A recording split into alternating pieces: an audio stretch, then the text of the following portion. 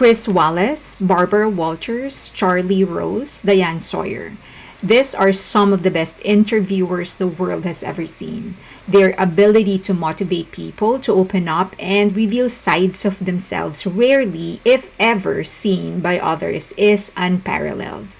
In Korea, there are some celebrities who can, if you listen to them closely, match their level of sincere inquisition. However, most talk shows in Korea come in a variety comedy format and usually hosted by a group. Shows like Knowing Brothers and Strong Heart are some examples of this. The closest to a serious interview format show Korea has right now is You Quiz on the Block. There are newer ones popping up, including Red Carpet with Iori, Hee Moon-jin Service, and many more. Majority of these shows offer something different either in format or in approach. For Suga's Suchwita, it is actually the latter because the format is pretty simple. It's two or three people talking.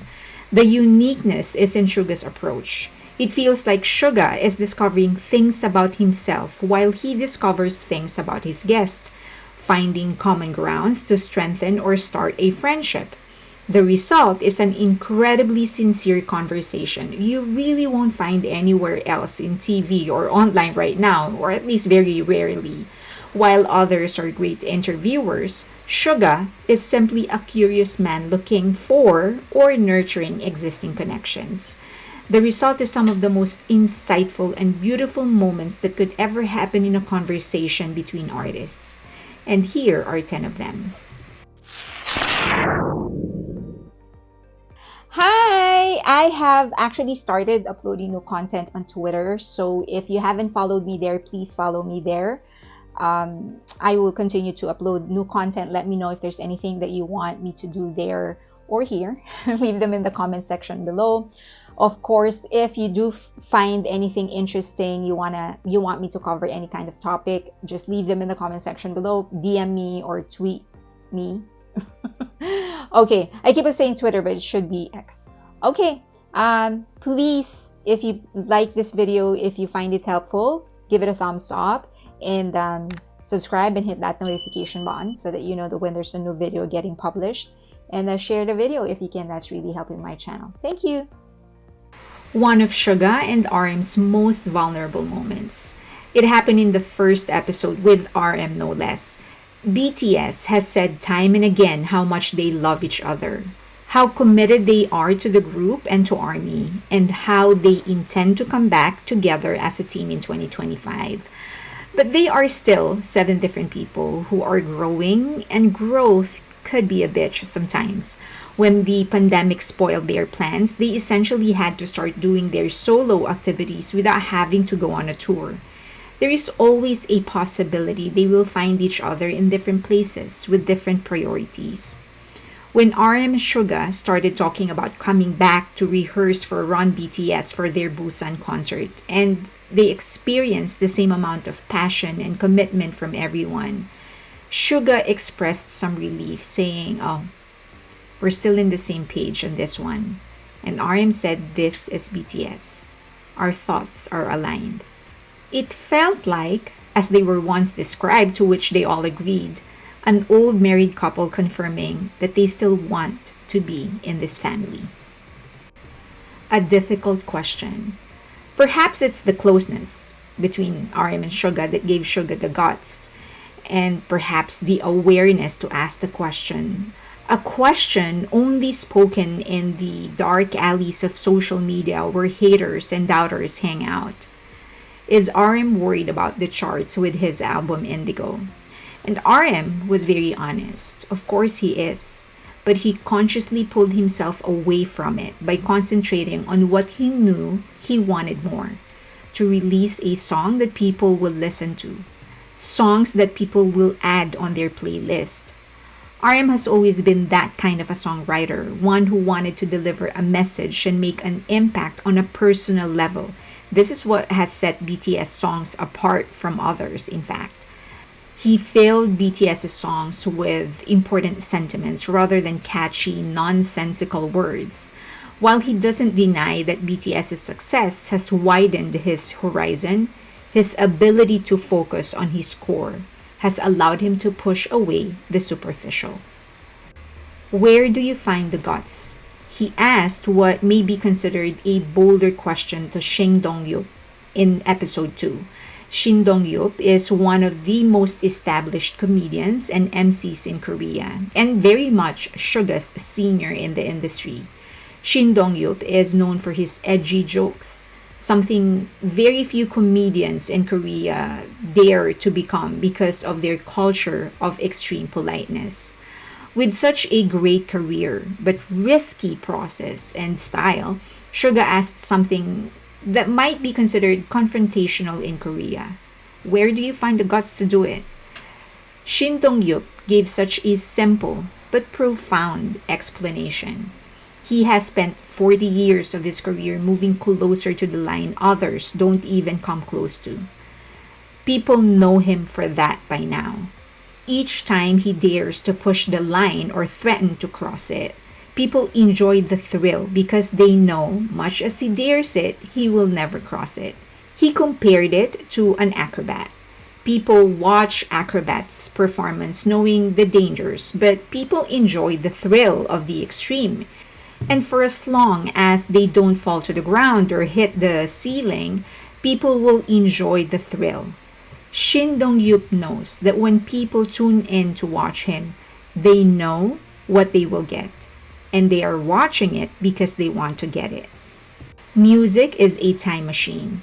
Suga's interview with Shin Dong-yup is probably one of the most insightful he has ever done in the first season of Suchwita. I've always thought that a comedian's intelligence and wisdom are often underestimated. Suga managed to highlight how smart Yob is by simply positioning Yob as a genius in comedy and wise in his career. Suga asked the comedian if he is worried about being irrelevant at some point and being forced to retirement because someday fans would lose interest in him. Shin Dong-yup described how other older artists are coming back, like New Kids on the Block, and their fans are coming back with them as well. Shin Dong-yup said that he believes that it's because music has the power to transport people back in time, make people remember the kind of people they once were and the life they once had. Do it for your fans, Shin Dong-yup said, and I can't agree more. Artist to artist. While some armies beef with VIPs, Suga and Taeyang are becoming friends. Suga's interview with Taeyang showed a unique connection between them. Big Bang is one of the biggest boy bands Korea has ever known and can relate to some of the experiences BTS went through. When Suga asked Taeyang of all the great performances they have ever delivered, what does he consider to be his favorite? I was pleasantly surprised because of all the interviews Taeyang has ever done, I have never heard anyone ask him that. But it allowed Taeyang to walk down memory lane. At the same time, Suga is able to shine a light on it before a much younger audience of BTS, the ARMYs. It actually felt like he was bridging the gap between one of his influences and ARMYs. Suga is a fan of BTS. In one of J-Hope's Weverse live before enlisting, he told ARMYs that he loves BTS. He knows that ARMYs love BTS too, but he is sure that if ARMY competes with him on who loves BTS more, he, at the very least, won't lose easily. Other members have expressed the same thing in different ways, and it was nice to hear it from Suga this time. As he asked Taeyang for an advice on how he can do better as a solo artist, Taeyang brought it back to his group, Big Bang.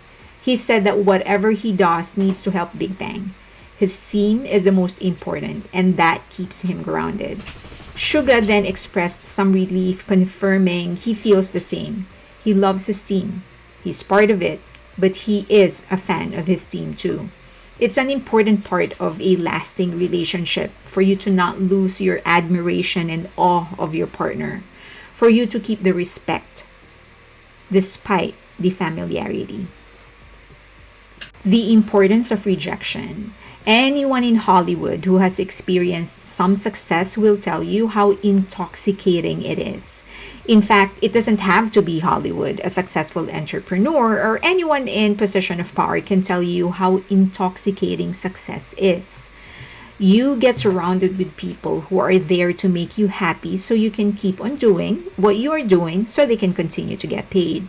When Suga asked Taeyang how he copes about feeling empty as soon as the lights go out and his fans leave the venue, Taeyang shared that he doesn't feel the emptiness but admits that he knows he needs to stop becoming the star and to start being Yongbei, his real name. And he does that by surrounding himself with people he knows care for him enough to stop treating him like Taeyang. I guess that's why home is important. That's why family is important for us. We all live in different worlds. We serve different purposes to different people in different places. And it's tempting to stay where you feel the most important or the most successful. But it's family, biological or chosen, that makes us realize who we are under the titles. And the journey from work to home is the time we can use to transition from being our profession to being an ordinary human being who is loved and who loves. How do you do it? Suga has already said several times that he really wishes that he had somebody to talk with when they were lost in the success of their career. So when Hoshi came on his show, I had an inkling it was his way of reaching out, being the person he couldn't have. It was noticeable how he made an effort to make Hoshi feel comfortable, looking for commonalities, including having to share one room with the whole group pre debut and sharing underwear. But one thing that wasn't lost in me was how Suga highlighted Hoshi's leadership skill. Suga emphasized how Hoshi is the dance leader, just like J Hope, but Hoshi is leading 12 other people in the group. He asked Hoshi how he does it. Again, it seemed like a simple question, but listen and you will understand what he's saying. A group that is known for their synchronicity is led by this man in front of him, someone who didn't even have formal training until he started becoming a trainee. It felt like it was his way of saying, this man is earning his keep. He deserves to be respected. Someone else's future on his hand. I personally think Suga has what it takes to manage and produce a group. When many people in Big Hit were doubting Jimin, he insisted Jimin had to debut. When no one believed in El Capitan, he did. And he confirmed to Hoshi that had he been the one to decide the final lineup of 17, Hoshi was going to be his first choice, even though Hoshi didn't have a formal dance training prior to becoming a trainee. Yet when Hoshi asked Suga if he plans to produce a group, Suga said he didn't want the future of young people on his hand. He was also very aware, being on the other side, that managers, executives, investors, and producers get a lot of flack for simply making difficult but necessary decisions. He knows it can't be prevented, but he doesn't want that. While I still hope Suga decides to produce a group in the future, I also know and have realized just how incredibly sensitive and how much of an analytical thinker he is to be able to understand the catch-22 in a producer's position. Inspiring his inspiration. Suga is so generous of praise, and Jimin is right, getting praised makes people gentler, happier, and kinder. Tablo said that Suga, especially when Suga is feeling down, often texts him, telling him he is listening to Epic High's music. Tablo said that for a group that doesn't get the limelight as they used to, it makes him realize that he continues to accomplish what he set out to do with his music in the first place, which is to inspire others. It is such a simple act, but it goes a long way. I got a lot of emails and DMs for new topics. Thank you to everybody who's suggesting topics, asking questions, and sometimes those questions are actually giving me new ideas on what topics to cover. Let me know if there's anything that you want me to cover on X. Follow me on X, formerly Twitter, and or any other social media links that you see on your screen right now. I really appreciate all of your communications. Thank you so much. I read them. If I haven't replied to them, I will. Just give me some time. All right, I hope you found this video helpful. Thank you so much. If you did, please give it a thumbs up, subscribe to the channel, and hit that notification button so that you know when there's a new video getting published, and share the video if you can. That's really helping my channel. Thank you. I appreciate you all.